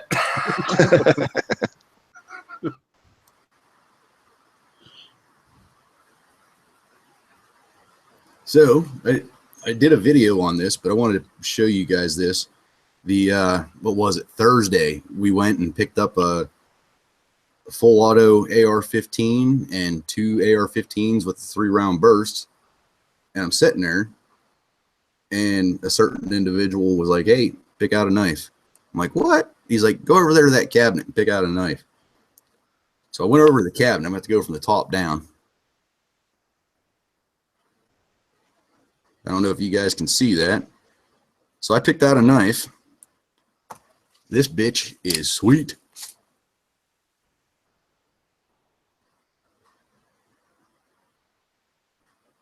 Nothing better than a free knife. That looks pretty stabby. And it's Yeah, a bench made. that is a those- bench made. For those that don't know what bench made means, It as means many badass. letters as you see, that's dollar signs. Is Yeah. what that some bitch costed. I love me a bench made or Yeah, 10. that's why I would have never have been able, I would have never picked this up, but I got to carry it on my plate rig. That was the only stipulation. I can't. It's only here now because I was making a video and haven't had a chance to put it on my rig, but it's issued. So I was like, no shit. And if anybody's interested in what Let me see it blew it. My freaking computer died right when you're. oh, okay. It's a Nimrovis 151. But that bitch is Tanto. full tang. Nice. I did it. You guys know I'm not a knife guy whatsoever. But If it says Benchmade on it, you don't have to be a knife guy. You just have to be proud or exactly. happy. What's up, everybody? Hey, Combs. Shut up. We're talking. Yeah. That little green army guy to go put his antenna down. What's up, Combs? Hey, how's it going, TR? What's up, Combs? How's it going, man? I'm still sore from my Friday class, man. I'm not 18 anymore. I told you that stripper pole idea wasn't going to be a good idea. What's that again? I told you the stripper pole idea wasn't going to be a very smart idea. Yeah, I kept falling off. What were you doing? I took a one-day intro class for close quarter combat with a company called Max Velocity Tactical. And it beat the ever-loving shit out of me, not to put too fine a point on it. Started at 7:30 in the morning, and I was never happier to get in that truck at 5:30 and haul ass out of there. I got silver dollar size black and blue welts all over my body, getting lit up with those UTM rounds, going into what they call the fatal funnel. And it was 95 degrees out, 95% humidity. All these 20-year-olds running around. I'm like, dude, I'm almost 48. Let's walk down to that building and assault it. That's right. Was it simunition, airsoft, or paintball? They call it UTM rounds. I put a video up on it. It's a two-stage round that uses a 22 short blank in the rear, which propels a ball bearing up the shaft of the 223 round, firing off a second charge that propels a plastic projectile out with a little bit of paintball in the front and aluminum backing out. And we were using what they called the reduced velocity round. So I think it was moving at 400 feet per second as opposed to like a 480 foot per second round. But you take your own AR with you, your own platform with all your optics and your sights and all your tactical shit. And they line you up in the morning, make sure all your magazines are completely empty. You take your bolt carrier group out. They give you this custom UTM bolt carrier group. That's a rimfire bolt carrier because the UTM's designed via rimfires. And the idea is if you put a 5.56 round in, there's not a center fire firing pin to set it off.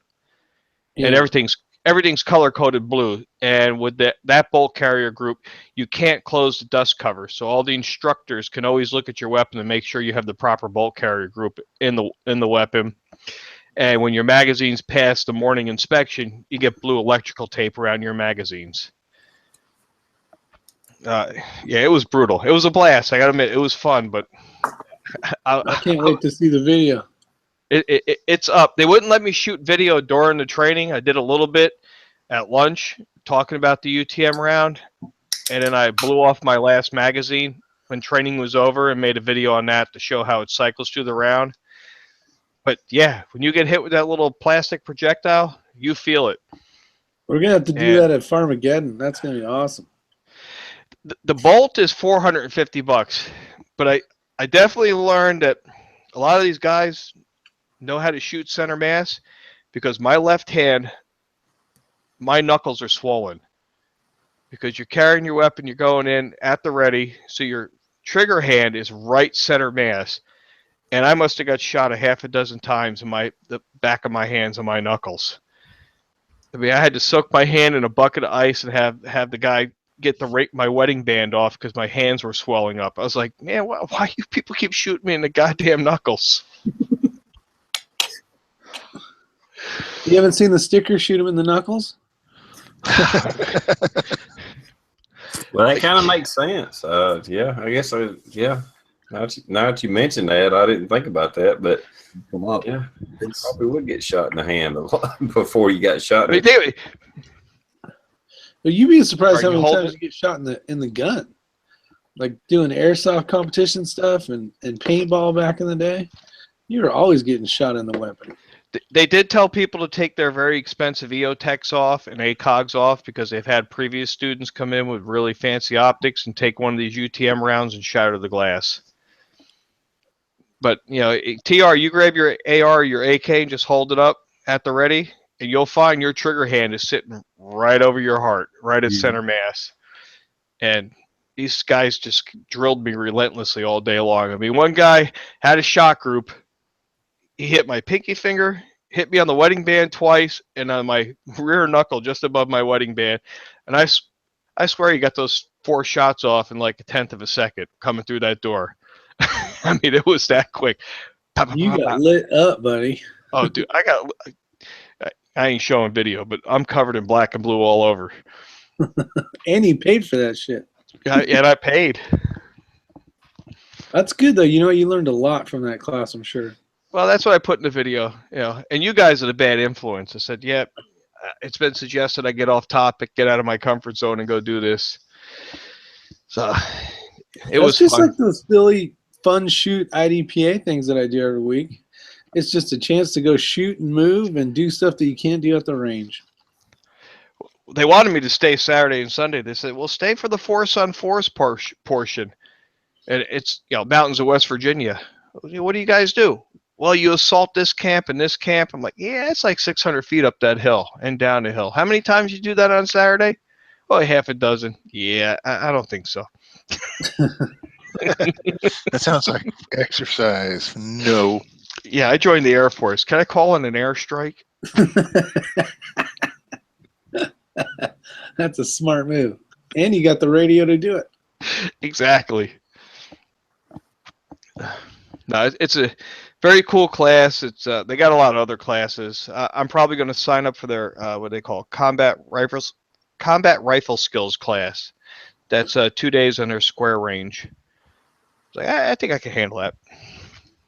How many hundreds of dollars are we talking?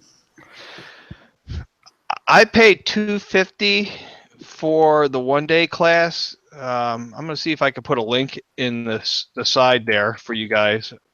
Cool. TR, tell me if you can pop it out for the rest of the folks. I mean, they got some 5-6 day classes that are pretty pricey, but all the guys who run it are all prior military.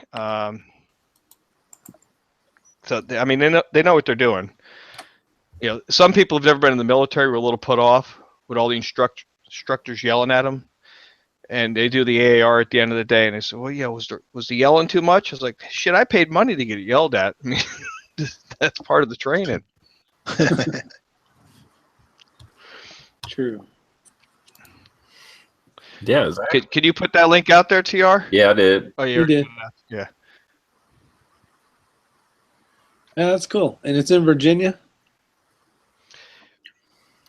They got a facility in West Virginia, which is like 10 minutes from my retreat, which is kind of why I did it. But they also do training in Texas, Idaho, Washington State, and they'll do other states by request. They'll send out their.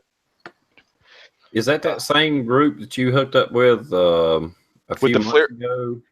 Yes, with the FLIR video. Yeah. Okay. I want to go to that Ridge one in Tennessee with what's that dude's name? He used to James teach with Yeager? Jaeger. No. Yeah. No, it was one of his instructors. Really cool dude.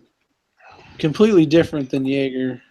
Seems very God, what is his name? I'm subbed to him. I can't think of his name right now. Let's see if I can find it. He's dating or married to the Patriot nurse. Yeah, I made the mistake at one of the Ridge. There you go. Thanks. One of the times I was up there, I said, "So this is kind of like tactical response," and they were like, "Whoa, that was the wrong thing to say with that group up there." They're all strike one. That's why you got shot so many damn times, jackalope.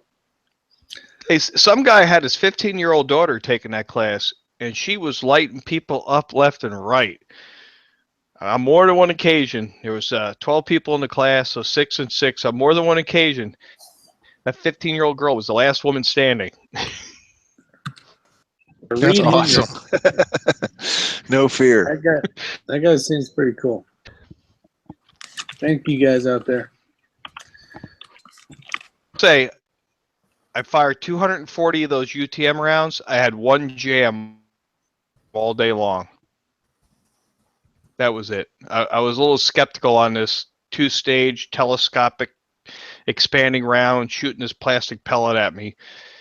Ran all day long on my AR without a problem. That's awesome. The ammo is probably expensive though. 80 cents a round. Yeah, so it was hard do you have to tell pay for that as well as the class, or does that come with the class? The class has a fee, and then they have a separate fee for the round. Okay. It's hard to tell from the video that you did, but the portion of the round that it ejects from the magazine, or maybe it was just the way you shot the video, and I don't know. But the initial thing that goes off that causes the next reaction that forces the UTM round to leave the barrel, does that thing actually come out of the magazine and then like it gets ejected onto the ground? It looks like so you load it like a regular round, and it's just a little bit shorter than a standard 5.56 round. So when the hammer drops, it hits that like a nail gun blank in the back, which throws this ball bearing forward that hits the secondary charge, which blows out the projectile towards you. But the ball bearing's larger than the neck of the round, so it can't go down the barrel. Yeah, it's like a short, almost like a pistol barrel inside that is the case, quote unquote, that shoots the ball bearing into the next thing that causes the thing go down range. But the gas expansion from that short, from the first shot or explosion going off, the rear of that case is inserted inside the larger case, so it stretches out, throwing the bolt carrier back, causing that round to eject. I mean, it's a really cool system, and I was a little skeptical looking at this little aluminum round, but again, 240 rounds. Yeah. I had one jam, and that probably was because I was using old steel USGI magazines. Huh. But if you look at the video, there's a link down below that UTM put out that talks about the round. And they have a nice engineer's cutaway view of an AR, actually how the whole process works out. Yeah, it looked pretty cool. But the bolt's $450. We were not allowed to take any of the rounds off site. So if you take classes with them and you don't use all your rounds, they'll actually put your name on them in a Ziploc bag and hold them. Or you can donate them to the general pot at the end of the class if you're not coming back. But they wouldn't let you take any unfired UTM rounds out of the facility. Oh, fuck that. I'd light the woods up with it. Well, that's what I did at the end of the day. So if you look at the video, I had the one magazine left. I said, all right. They wouldn't let me shoot any video of the training. I figured, well, I'll show people how this cycles through the magazine or the weapon. The first thing that comes to mind is that'd be great for like a grumpy snapper head.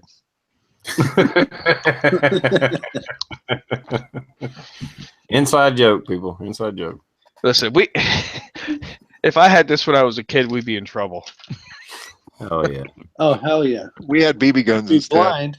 We'd be blind first off because we'd forget our shit. Yeah, we had You forgot your goggles. No big deal. Just pay bottle attention. rockets. Had problems with the goggles fogging up throughout the day from the humidity in the face. I took a round to the face mask, this wire mesh face mask, and put a big ass dimple in it, chipped all the paint off.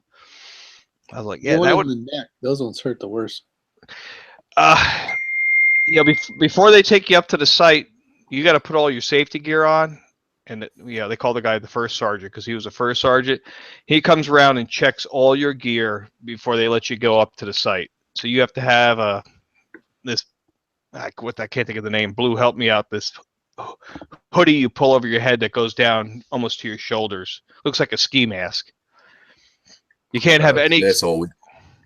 You can't have any exposed skin. So what you're saying is you got shot in the face. I got shot in the goddamn face, yeah. Oh, that's awesome. And I shot one of my teammates, but that wasn't my fault. He jumped out in front of you, man. What else are you going to do? Get out of the way. I'm going to ask Blue to help me out here. You got two guys going in the door. You're supposed to go to a certain spot in a room before you go to the next room. And he kept moving. My goggles were all fogged up. When I looked at the next door, he was in the wrong spot, and I saw a muzzle come out, which was the bad guy going after my guy. And I thought the muzzle belonged to my guy and lit my guy up. No, we do trainings like that, not a lot, but quite a bit, and that happens more than what you'd think. I mean, we call it blue on blue fire, but that happens a lot more than what anybody would probably ever want to admit. Because in the heat of the moment, somebody goes where they're not supposed to, or they come in from away and they don't announce it, so you have no idea that they're coming from that. And let's say it's a summer day, you got short sleeves on, and the first thing you see is a muzzle coming around a corner. You're getting prepared, and you have no idea. And it happens in law enforcement. It happens in the military world. It shouldn't, but it does. And it's just bad communications and bad tactics. Yeah, well, I would say people would probably be astounded by the amount of military that's killed in training exercises. So, you know, when they say, oh, it was such and such, whoever was killed in a training exercise, it was probably some bullshit like that. I say bullshit, but you know what I mean. I mean, it was a mistake happened and they were in a live fire situation and somebody screwed up. Mm-hmm. Well, I think they use that a lot of times when they're doing covert operations that never really happen.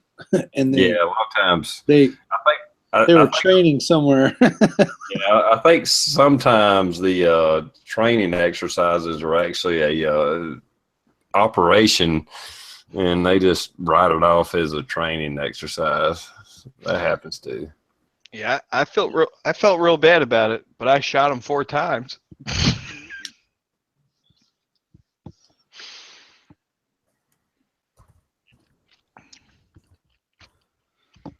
It's unfortunate.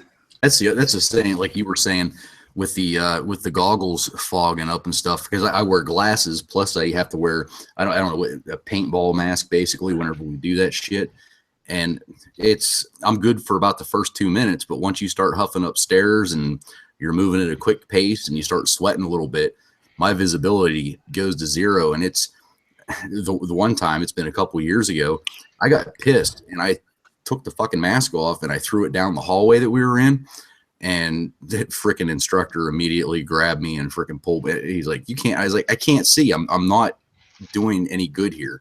Well, but I was like, I'm still wearing the glasses. I mean, if I get hit in the face with a simunition round or something like that, it's gonna fucking hurt. But it's twofold. I mean, it's real life in a certain situation, but you know, in real life, my glasses, or you know, I wouldn't have this fog screen in front of me, and I was getting so pissed.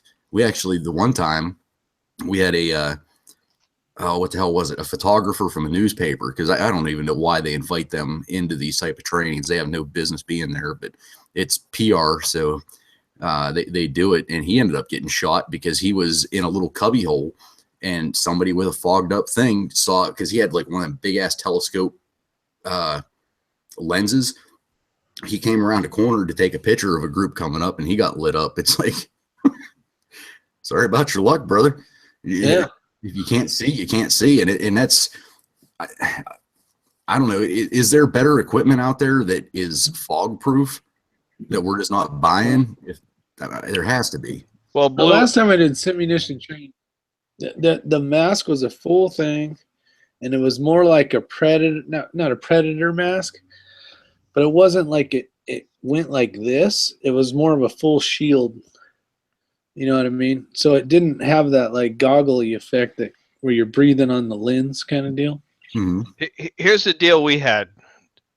When you showed up for the training, you had to have goggles that were Army ballistic rated, and they gave you the Army code, or you couldn't do the training. If you showed up with like Home Depot goggles, they sent one guy away. It said he had to get a different pair. I ordered a pair of what they call Wiley X goggles, because this is my Father's Day present, taking this class. And they were ballistic rated, $110. It went to the eye doctor and had the prescription inserts made, because I wear glasses. And those were $150, and had the little drop solution for the fogging. And 10 minutes into it, dude, I couldn't see shit. I mean, it was that bad. You know, I would take the goggles and shake them, but they wouldn't allow any eye protection that didn't give you a complete seal around your eyeballs. You couldn't have a face shield on because they were afraid a round could come up underneath it and hit you in the eye. So in the morning when you made you put all your safety gear, the instructor came down and grabbed your goggles and shook them to make sure they were sitting flat against your face, because I had this wire paintball face mask also on, and I had like a 1/4 of an inch gap on the bridge of my nose.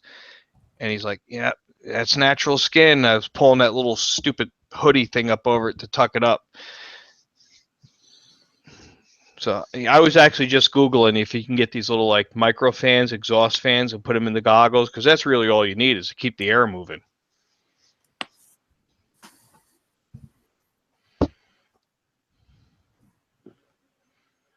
Trying to figure out how to show you a link. I'm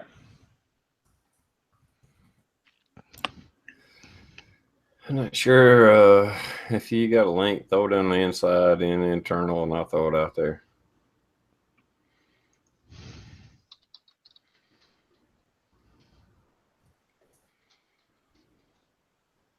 All right. I actually started this chat on time. So we got about 5 minutes.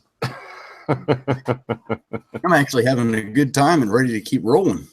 Ah, fuck. I gotta go to work tomorrow. Yeah, I kind of do too.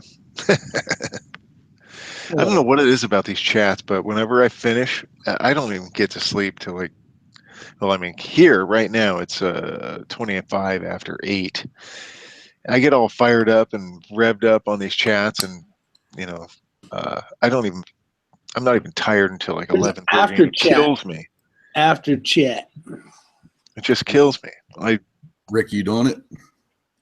I might. I got nothing better to do. SoCal, I'll stick you're around. like 5 hours behind us overseas. Come on. What are you bitching? I know, but I still got to get up at 5 o'clock in the morning and be at work by 6:37. So Yeah, it's almost 11:30 for me, so it's a little late. California fuckers. no, Rick just fucking sits around in a chair all day and waits for something to like piss him off. Then he walks out his door and says, "Somebody fix that." You're fucking retarded. I say, fix it now.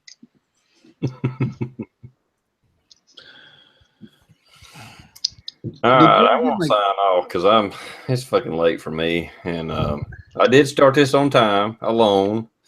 SoCal jumped in and tried to help save me, and you other guys did too. I do appreciate it. Thank you for your time. I really do. Absolutely. Hey, will you stop sending the thing to the Big Meat Sunday channel and send it to my? I'll just send you the or just inbox. shoot me a. I guess you can't. Can you do it in a text message? I'm not sure. I don't know. Yeah. That might be difficult. I can send it to your inbox and yeah, I figured out an easy way to get about it. I just go into my Google or the Gmail account for that YouTube channel. It's easier to get to. I don't even know how to work Google Plus. I've been forced into it, and I've just denied its existence for like 3 years now. Oh, I understand. I get it. It's hard to find. Anyway, I'll let everybody do an outro. Now we'll start with Blue823. Would you like to do an outro?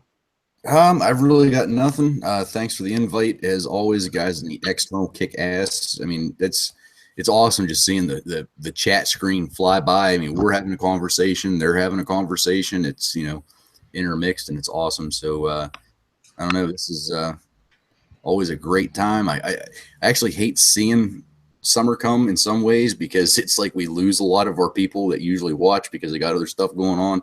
But it's understandable, and it picks up and it dies down a little bit. But I don't know.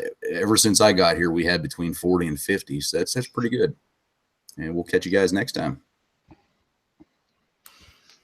Yep, I always have a pretty good crowd, and glad everybody likes it. They'll.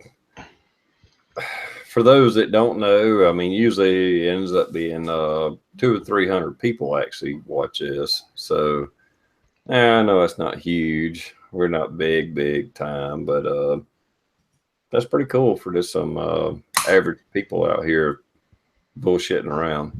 So anyway, Comms Prepper, would you like to do an outro and talk about anything you got going on? Absolutely. Again, as always, TR, thanks for inviting me.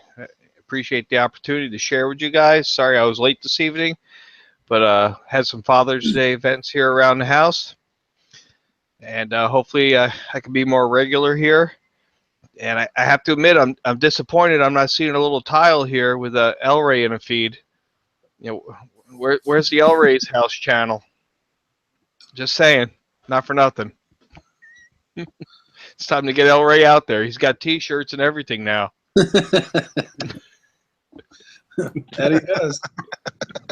Yeah, speaking of T-shirts, Rick, is your six covered? Would you like to do the outro? Sure. Thanks for doing the showing off your shirt earlier. That was cool, and all the rest of them. But I think we're gonna do. Depending on if you guys want to jump back on the deal, but I think I'm gonna do an after chat here in about 15 minutes. Give you guys a break. Give you time to grab a drink, use the restroom, and all that kind of stuff. So if you're interested, jump over to Is Your Six Covered after this, and we'll have some more fun because it's early here in California. All right. So, Cal, would you like to do outro? Yeah, everything what Blue said, everybody out in the side chat, it's awesome. Thanks for supporting TR, because Rick didn't say it this time, and usually he does, but he's all caught up in his T-shirt sales or something. I don't know. No, No, Blue he said didn't. it already. And yeah, there was one other thing that somebody had mentioned. Oh yeah, Blue. No, Calms Prepper. I hope everything becomes regular for you, buddy. I know. And that's stuck in my mind, like, not regular. Well, everybody deserves to be regular. So I'm not even sure what that means. well, you'll have to go back and listen to what you said. Yeah.